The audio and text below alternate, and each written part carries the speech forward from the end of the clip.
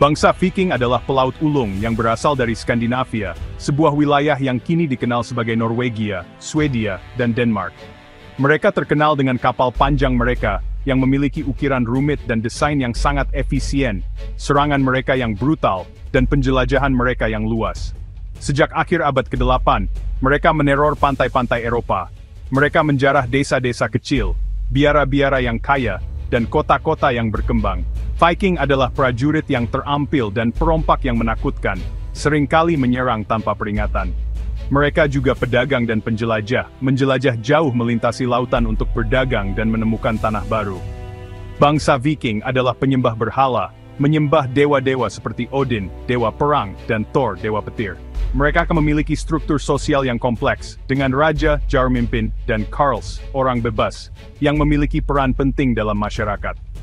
Serangan mereka membawa mereka kekayaan dan kekuasaan yang besar. Mereka mendirikan permukiman di Inggris, yang kemudian berkembang menjadi kota-kota besar, Irlandia dan Prancis, meninggalkan jejak yang abadi. Dampak mereka pada sejarah Eropa sangatlah besar, mempengaruhi budaya, bahasa, dan politik di seluruh benua. Pada abad ke-9, serangan Viking di Francia, sekarang Prancis, semakin intensif. Salah satu pemimpin Viking, Rollo, memimpin pasukan yang sangat tangguh. Viking Rollo menghancurkan lembah Seine, menanamkan rasa takut ke dalam hati orang-orang Frank. Raja Frank, Charles yang sederhana, memutuskan untuk bernegosiasi dengan Rollo. Pada tahun 911 Masehi, perjanjian Saint-Clair-sur-Epte ditandatangani. Perjanjian ini memberikan Rollo dan Vikingnya sebidang tanah yang luas di utara Prancis. Tanah ini kemudian dikenal sebagai Normandia, tanah orang-orang utara. Sebagai imbalannya, Rollo bersumpah setia kepada Raja Prancis. Dia juga setuju untuk masuk Kristen dan mempertahankan wilayah itu dari serangan Viking lainnya. Bangsa Viking yang menetap di Normandia secara bertahap mengadopsi bahasa dan adat istiadat Prancis. Mereka masuk Kristen dan menganut sistem feodal. Mereka menikah dengan penduduk setempat. Seiring waktu, mereka membentuk identitas baru. Mereka menjadi orang Normandia. Orang Normandia menggabungkan kehebatan Viking dalam pelayaran dengan taktik kavaleri Frank. Mereka mengembangkan reputasi sebagai prajurit yang tangguh dan administrator yang terampil. Wilayah Normandia, di bawah adipati mereka sendiri, tumbuh dalam kekuatan dan pengaruh. Pada abad ke-11, orang Normandia menjadi kekuatan yang harus diperhitungkan. Pada tahun 1066, Duke William dari Normandia, yang dikenal sebagai William Sang Penakluk, menginvasi Inggris. William mengklaim tahta Inggris berdasarkan hak kekerabatannya yang jauh dengan mendiang Raja Edward Sang Pengaku Iman. Pertempuran Hastings, momen penting dalam sejarah Inggris, menyaksikan pasukan Normandia menang atas tentara Inggris yang dipimpin oleh Raja Harold. Kemenangan Normandia memiliki konsekuensi yang besar. William menjadi Raja Inggris, saudara, membangun pemerintahan Normandia atas negara itu. Dia memperkenalkan hukum, adat istiadat, dan bahasa Normandia. Penaklukan Normandia menandai titik balik dalam sejarah Inggris, membentuk bahasa, budaya, dan lembaganya. Bagian 5, William Sang Penakluk, seorang raja dan warisannya. William Sang Penakluk adalah seorang penguasa yang kejam dan ambisius. Dia mengkonsolidasikan kekuasaannya di Inggris melalui pembangunan kastil.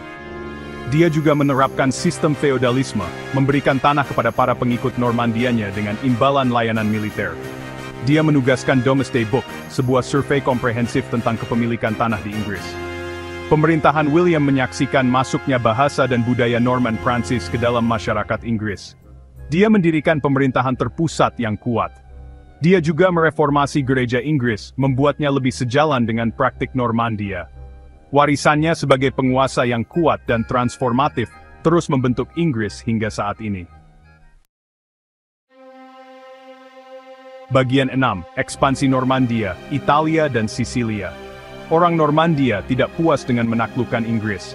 Mereka mencari lebih banyak petualangan dan wilayah baru untuk ditaklukkan. Mereka juga menjelajah ke Italia Selatan dan Sisilia, yang saat itu berada di bawah kendali Bizantium Yunani dan Muslim Arab. Wilayah ini kaya akan sumber daya dan sangat strategis. Ksatria Normandia yang mencari petualangan dan kekayaan tiba di Italia pada abad ke-11. Mereka datang dengan harapan besar dan ambisi yang tinggi. Mereka bertugas sebagai tentara bayaran, berjuang untuk berbagai penguasa Italia. Keahlian mereka dalam pertempuran membuat mereka sangat dihargai. Robert Guiscard, seorang petualang Normandia, menguasai wilayah di Italia Selatan. Dia dikenal karena keberaniannya dan strategi militernya yang cerdas. Saudaranya, Roger, menaklukkan Sisilia dari orang-orang Arab. Roger adalah seorang pemimpin yang tangguh dan visioner. Bersama-sama, mereka mendirikan kerajaan Sisilia, sebuah negara Normandia yang kuat di Mediterania. Kerajaan ini menjadi pusat kekuatan dan budaya. Orang Normandia memerintah Sisilia selama lebih dari 2 abad, meninggalkan jejak mereka pada budaya dan arsitekturnya. Warisan mereka masih terlihat hingga hari ini. Bagian 7, Arsitektur Normandia, Kastil dan Katedral. Orang Normandia adalah pembangun yang produktif. Mereka meninggalkan warisan berupa kastil, katedral, dan biara yang mengesankan. Arsitektur Normandia dicirikan oleh skala besarnya, penggunaan gaya Romawi, dan fitur-fiturnya yang inovatif. Kastil, seperti Menara London dan Kastil Rochester, dibangun untuk mengkonsolidasikan kekuatan Normandia. Katedral, seperti Katedral Durham dan Katedral Canterbury, menunjukkan semangat keagamaan dan kemegahan arsitektur Normandia. Struktur ini, dengan lengkungannya yang menjulang tinggi, dindingnya yang tebal, dan ukirannya yang rumit, berdiri sebagai bukti keterampilan dan ambisi Normandia. Mereka juga berfungsi sebagai simbol kekuatan dan kesalehan Normandia. Bagian 8, Hukum dan Administrasi Normandia, Ketertiban dan Kontrol. Orang Normandia adalah administrator yang terampil. Mereka memperkenalkan sistem pemerintahan terpusat ke tanah-tanah yang mereka taklukkan. Di Inggris, William Sang, penakluk, mendirikan Kas Kerajaan, sebuah lembaga keuangan pusat. Dia juga mengembangkan sistem pengadilan kerajaan untuk menyelenggarakan keadilan. Orang Normandia juga memperkenalkan feodalisme, sistem hierarkis kepemilikan tanah dan dinas militer ke Inggris. Sistem ini membantu menjaga ketertiban dan kontrol. Penekanan Normandia pada hukum dan administrasi meninggalkan dampak yang langgeng pada perkembangan pemerintahan Inggris. Itu juga memengaruhi sistem hukum di bagian lain Eropa. Bagian 9, Warisan Normandia, Dampak yang Abadi. Warisan Normandia sangat luas dan abadi. Penaklukan dan pemerintahan mereka memiliki dampak yang besar pada perjalanan sejarah Eropa. Di Inggris, penaklukan Normandia mengubah bahasa, budaya dan lembaga negara. Masuknya bahasa dan adat istiadat Norman Prancis meninggalkan jejak yang tak terhapuskan pada masyarakat Inggris. Orang Normandia juga bertanggung jawab atas penyebaran gaya arsitektur, sistem hukum, dan inovasi militer. Kastil dan katedral mereka dapat ditemukan di seluruh Eropa. Penekanan mereka pada hukum dan administrasi memengaruhi perkembangan negara-negara terpusat. Kehebatan militer mereka meninggalkan kesan yang abadi pada peperangan. Bagian 10, Kemunduran Identitas Normandia, Asimilasi dan Integrasi.